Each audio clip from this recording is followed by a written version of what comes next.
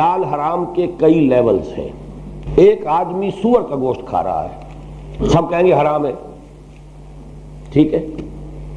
ایک آدمی کھا تو رہا ہے بکری کا گوشت، لیکن وہ خریدا ہے اس نے کسی کی جیب کاٹ کے،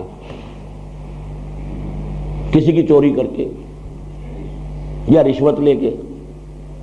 تو وہ حلال کھا رہا ہے یا حرام؟ گوشت تو حلال ہے، کھا تو حرام رہا ہے. چلتے جائیے اس کو. اب میں نہیں چاہتا کہ بہت لمبی بات کروں، آخری بات کہہ رہا ہوں، توجہ سے سن لیجئے. جس ملک میں، جس خطہ ارضی میں اللہ کا دین غالب نہیں ہے، اس میں سانس لینا بھی حرام ہے، الا یہ کہ آپ اپنی پوری توانائی اس کو بدل کر اللہ کے دین کو قائم کرنے کے لیے صرف کر رہے ہیں، کیونکہ اس کے سانس کے ساتھ بھی حرام جا رہا ہے آپ کے اندر. سود اس طریقے سے آپ کے نظام میں پیوست ہے کہ سانس کے ساتھ بھی جا رہا ہے. یہ حضور کے الفاظ ہیں، حدیث ہے کہ ایک زمانہ آئے گا کہ سود کھانے سے کوئی شخص بچ جائے تو بچ جائے، سود کا غبار یا دخان سے نہیں بچ سکے گا.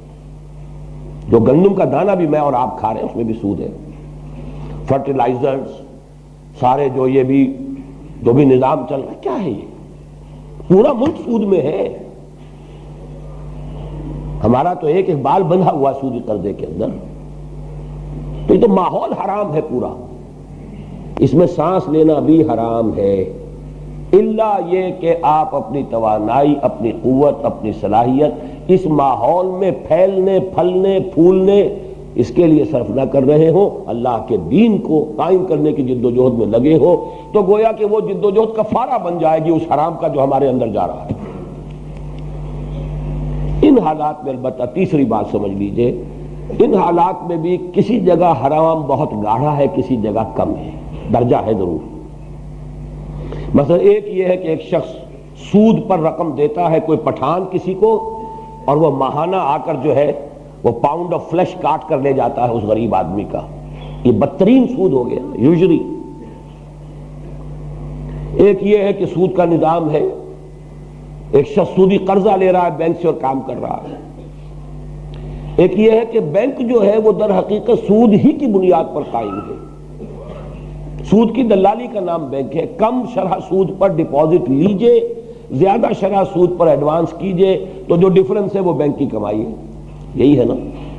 معلوم ہوا کہ سب سے بڑا گاڑھا اڈا سود کا انسٹیٹیوشن وہ بینک ہے.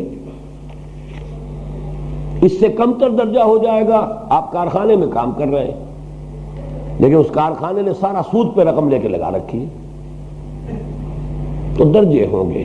اس میں یقیناً بینک کی سروس سب سے زیادہ گاڑھی ہے. خود سود پر قرضہ لے کے کاروبار کرنا بہت گاڑھا ہے. البتہ یہ کہ بہرحال ایک شخص ہے، اس ماحول میں رہ رہا ہے، آخر کوئی کہاں جا کے کام کرے گا، حرام سے نکلے گا کیسے؟